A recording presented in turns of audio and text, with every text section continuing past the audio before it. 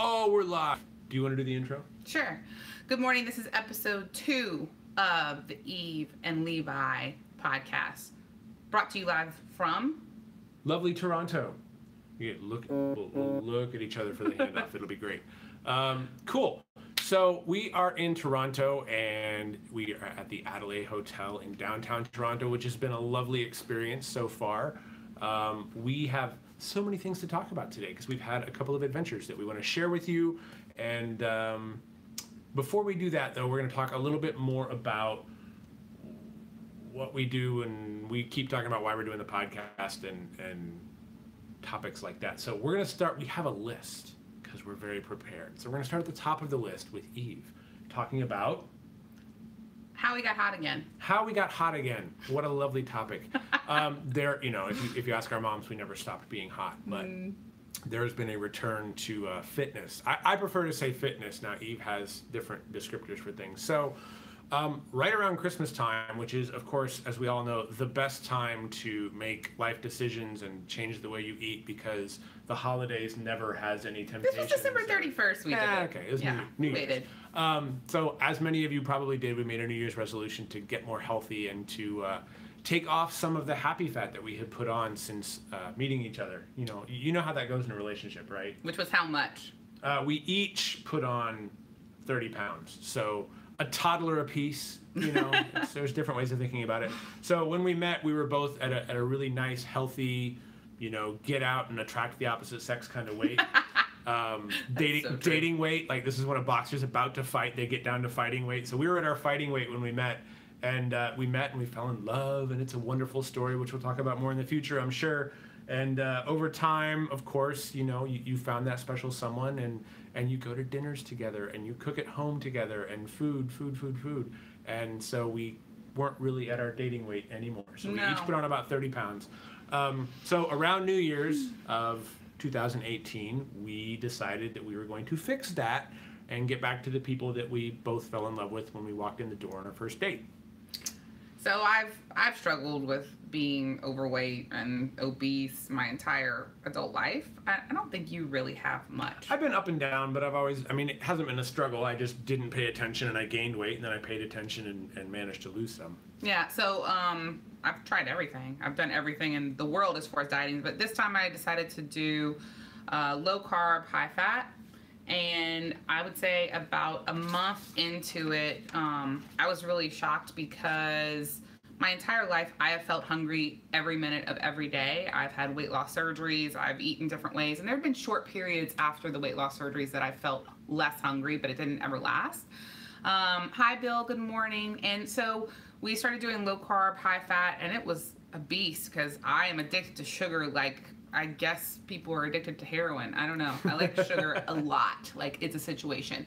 And so giving up sugar was really difficult. And about a month and a week into it, I said to Levi, I'm only hungry 4 or 5 times a day. Is this how normal people feel? Yes. And I was kind of shocked because I'd always been hungry every moment of every day. And that's when I discovered that low carb, high fat for me was really effective, and I've lost 30-something pounds. So I hear you say low carb, high fat a lot, and I always just call it the keto diet. Is that different to you? I think it is slightly different. I think keto is a little more strict, and there's certain numbers that you put it in, and people are very clear about the difference between those things. But I say it because we're a little more lax, and my doctor also says to say low bad carb, high good fat. So we eat a lot of avocados. A lot of cheese, we eat a lot of meat and vegetables. That's basically what we eat. So essentially we've cut out bread, we've cut out sugar for sure, we've cut out as many artificial sweeteners. We still have a sweet tooth, so we have something with stevia in it or erythritol or some of these other non-sugar sweeteners. But yeah, so that was the first step. We have been working out with a trainer. Eve has been working out with a trainer for a couple of years. I joined in a year ago or so. Hi, Mark. And we have been working out with her, doing a lot of weight training.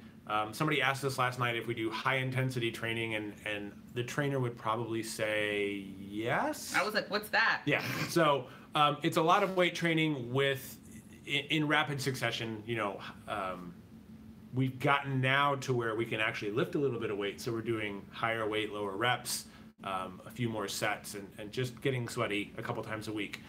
Eve is upping her game a bit, and I'll be joining her soon. She's working out 30 minutes in the morning, 4 days a week. That's the plan. Let me be clear. I freaking hate working out. Like, it's horrible. I hate it so much, which is why I'm on my 4th or 5th personal trainer. I've been with her for 2 years. Her name is Ambria. She is really incredible. She's in the Dallas area. If you want an introduction, let me know. But she's amazing, and she has changed my body. Like, I actually have a few muscles and can do things with balance and feel better than I've ever felt. And I'm so excited Levi's been doing it because he just keeps getting hotter and has like these muscles up here. Never had muscles before. I was always, so while Eve struggled with eating and her weight her whole life, I was a stick until I got into my mid-20s, at which point I became kind of a lumpy stick.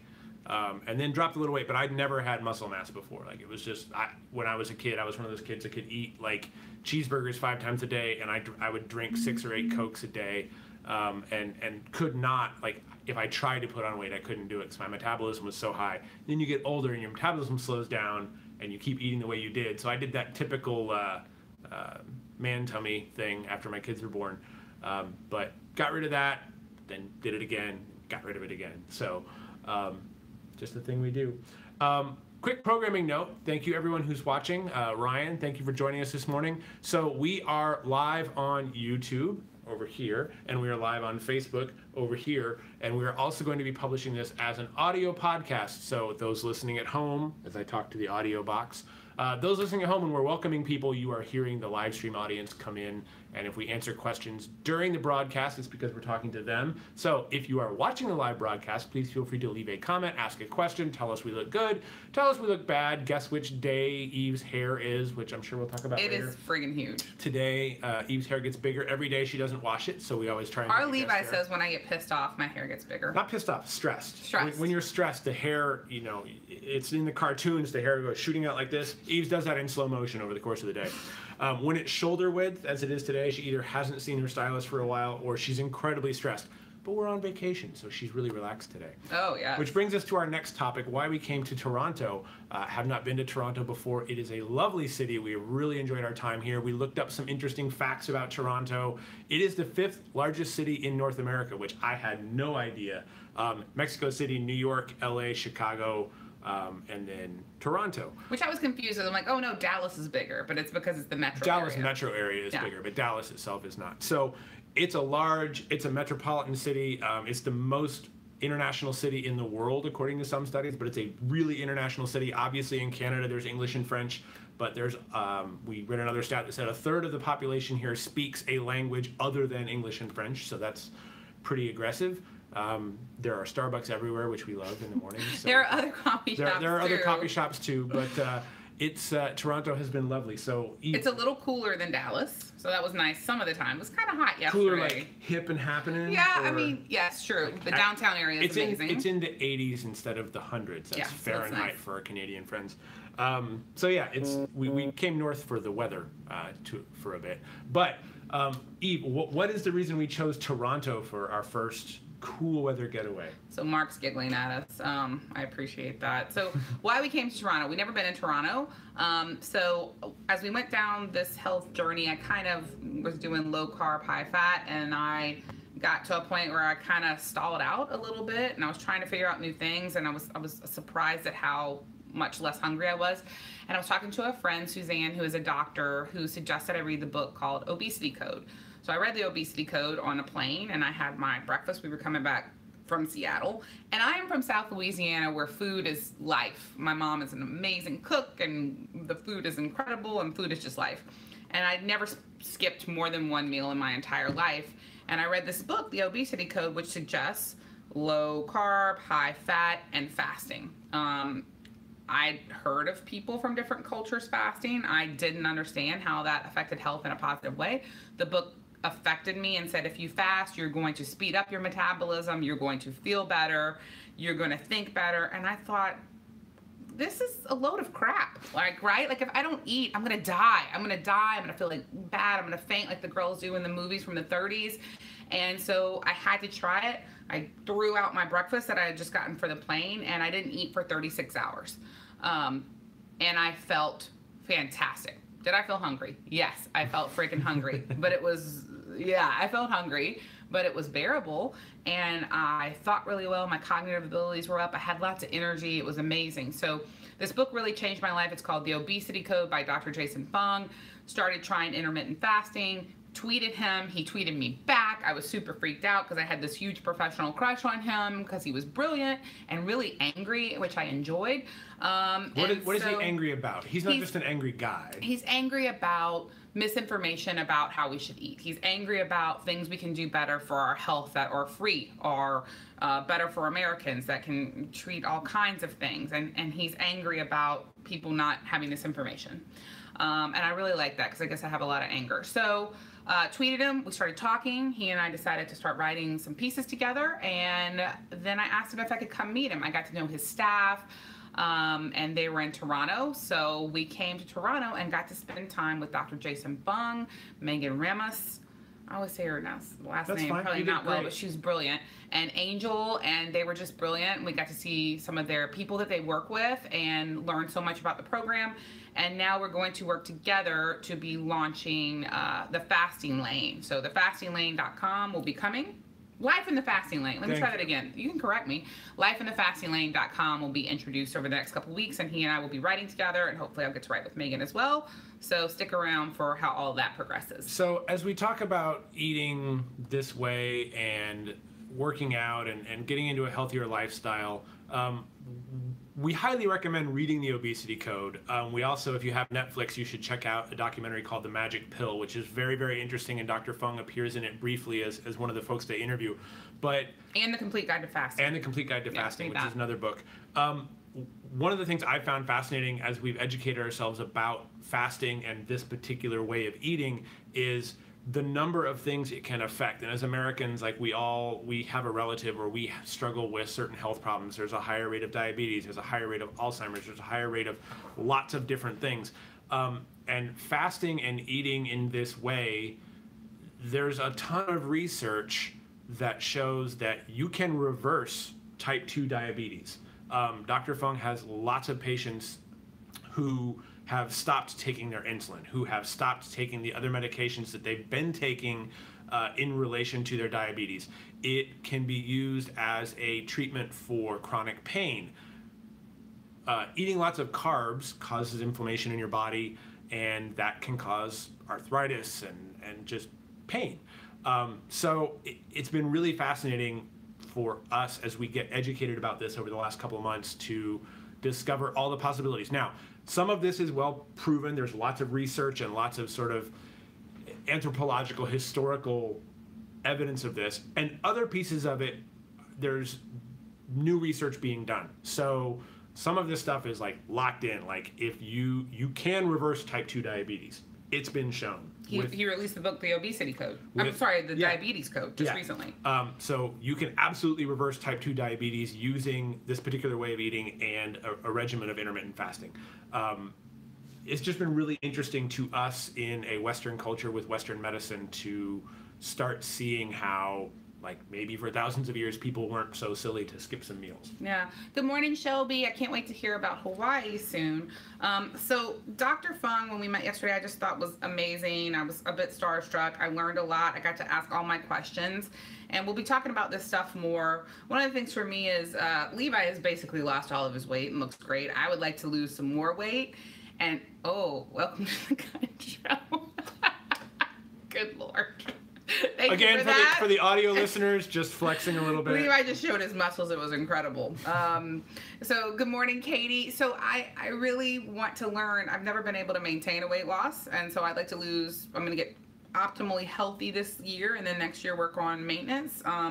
But, there's some studies that show 99.6% of people fail, even on dieting. Even if you are doing low carb and high fat, right? It doesn't matter. Like, no matter what you're doing, no matter what your choices for the way you eat, 99.1% of those diets eventually fail over a 5-year period.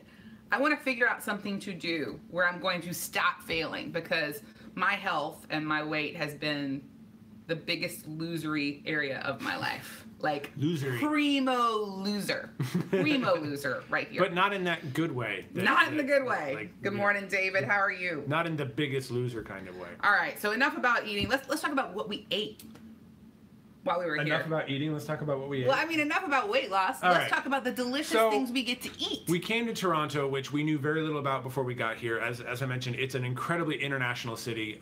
There are in the downtown area, any kind of food you can want. So the first thing we did, we got here, we got off the plane, we were hungry. We talked to the concierge, who said, "Oh, you should go down to Nami, which is just down the street." Nami. Nami. And we walked down to Nami, which is a sushi restaurant, and it was amazing. We had a sashimi sampler that was delicious. Medium rare lamb chops. And some scallops. And a butter sauce. Yeah, it was. If you want to see a picture of this, go to Instagram and follow Nerd Butler. Yes. So I'm gonna work pretty hard on putting more of our food pictures up there, because one of the things we talked about, back to dieting, but when we started eating this way is, we're gonna feel like we're missing out on some stuff, and it's just not true. I haven't felt that way. Like, we had a feast. So that was our lunch, first day in Canada. What did we do for dinner?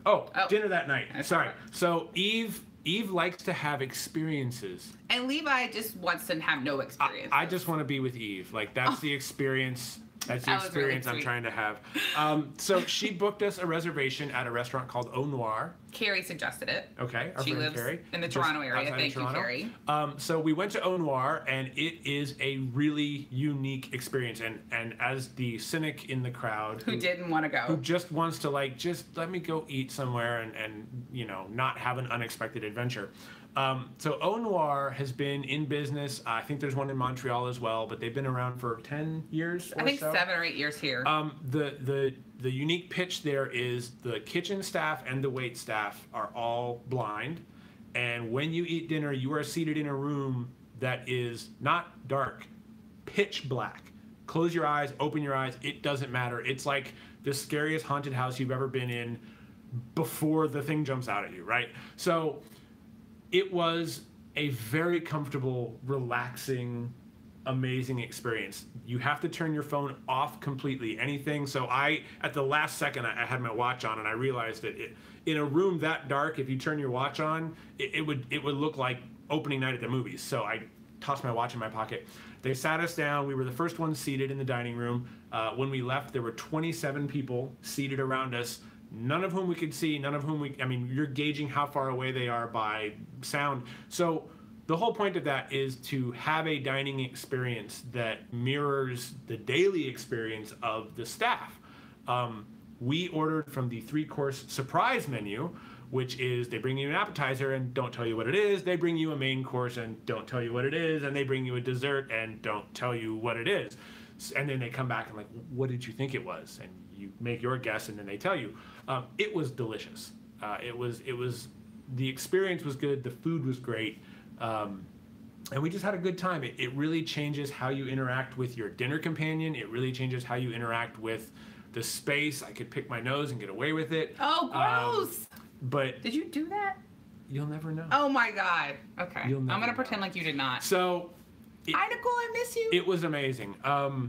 So we highly recommend, if you have an opportunity to go to Au Noir at any of their locations, please do. It's a fabulous experience. Good morning, Kelsey. So Au Noir, which is a restaurant I think in Montreal, but we went to the one in Toronto. I was excited to go to it because my very first boss, like one of my most important mentors in my life, was Mark Jones at KZP in Alexandria when I was young. And I learned radio from Mark, who owned the station. And he was blind, and he was hilarious and incredible. And learning how to operate a radio board from a person who is blind is a really interesting process. But I learned so much from him, and we stayed friends, and he was just amazing. So I would see how when he'd get his food, he would touch the food to see where it is, and then he would use his utensils from that. And he was just like so independent and owned and ran the radio station. He just really influenced my life. So we go to this restaurant, and I find when people have a disability and turn it into marketability, it was just inspiring. Like, we bitch all the time about the things that we can't do or we're not good at. I do it. And then here are people who have something that they can't see, and they're like, you know what? How about we market this? How about we have a kitchen that is dark and a dining room that is dark, and we give people an experience of what we feel.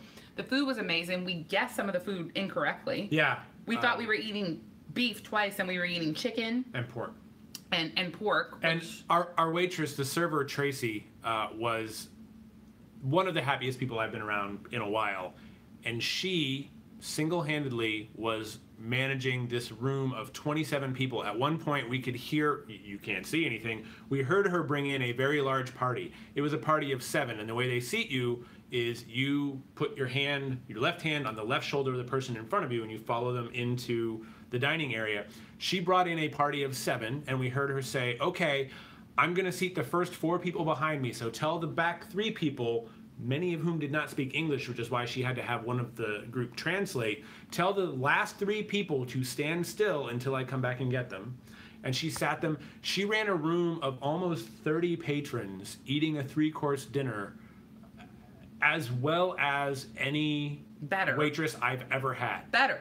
I mean, she was great. She was incredible. cheerful. She was timely. The food was good. It came out, right when you want a 3-course meal to come out. So if you can, we highly recommend that you do that. So Eve's stream is about to get really wonky, but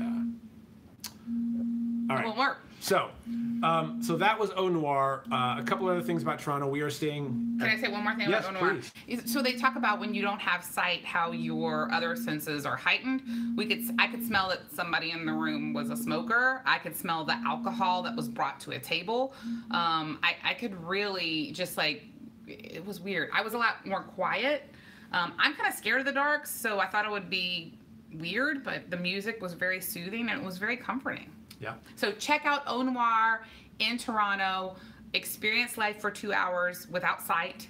And listen, it's not even a tiny bit light. It's complete darkness. When I closed my eyes and opened them, there was absolutely no difference. And just for those of you who are wanting to look this up, it's O.Noir is how they spell that in their marketing material. Hi, CJ. So, a couple other things about Toronto. We are staying at the Adelaide Hotel. It is lovely. The staff has been the room is great. You can see it behind us. The room is great, but more than that, the staff has been spectacular. So the staff is amazing. The restaurant at Adelaide Hotel is on the 31st or 32nd floor, and it's really lovely. The food was incredible. Once again, we had scallops and pork belly and salad and all kind of shishito peppers with feta, and we'd highly recommend it. Great location downtown. And then we wanted to have an experience each night, so we were walking, and we found this gorgeous little theater, which was the Elgin and Winter Garden Theater. We were in the Winter Garden Theater specifically. And I said, Levi, I have always wanted to see Grease as a play, because I've only seen the movie. And we bought tickets. Once again, Levi was like, I don't want to do that. But she was going, so I went with her. And it was a lot. And who had the best time, Levi? I had a good time. I thought the show was cute. I mean, it's Grease. It's Grease. It was fantastic. It was a great production of Grease. It did, it's Grease. It was fantastic. First of all, the Winter Garden Theater in downtown Toronto was built in 1913, is on the 4th floor, but strangely has plastic leaves that look much like grapes from It looks like a winter garden. It looks like the ceiling of an old Italian restaurant.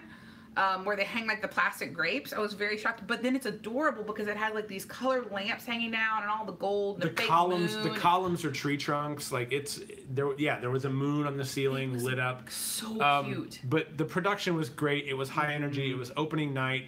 The crowd was in a raucous mood and really getting into it. Even almost before the show started, they were there to contribute, which makes it just a better show, for sure. The best people were Rizzo. Rizzo was amazing. The guy who played 3 different characters. Oh, so Rizzo was spectacular, and we'll give her a shout out here. The other actor who played the diner owner, he played the DJ, he played a couple of other sort of secondary roles. Amazing singer. Rizzo was played by Alicia Barbin. Amazing. And she was great. And she was really compelling. Like, the play was kind of all about her by the end of The it. play was incredible. So if you're in Toronto or you're going soon, go to see Grease at the Winter Garden Theater. Today's Friday. I hope you have a fabulous weekend. We have some housekeeping notes. We are live on YouTube for the first time. This is on the Eve and Levi YouTube channel, which we'll be getting out more information about. I will be building out the website for the podcast this week. It's going to be at eveandlevi.com, where you can see both the video version and subscribe to the audio version.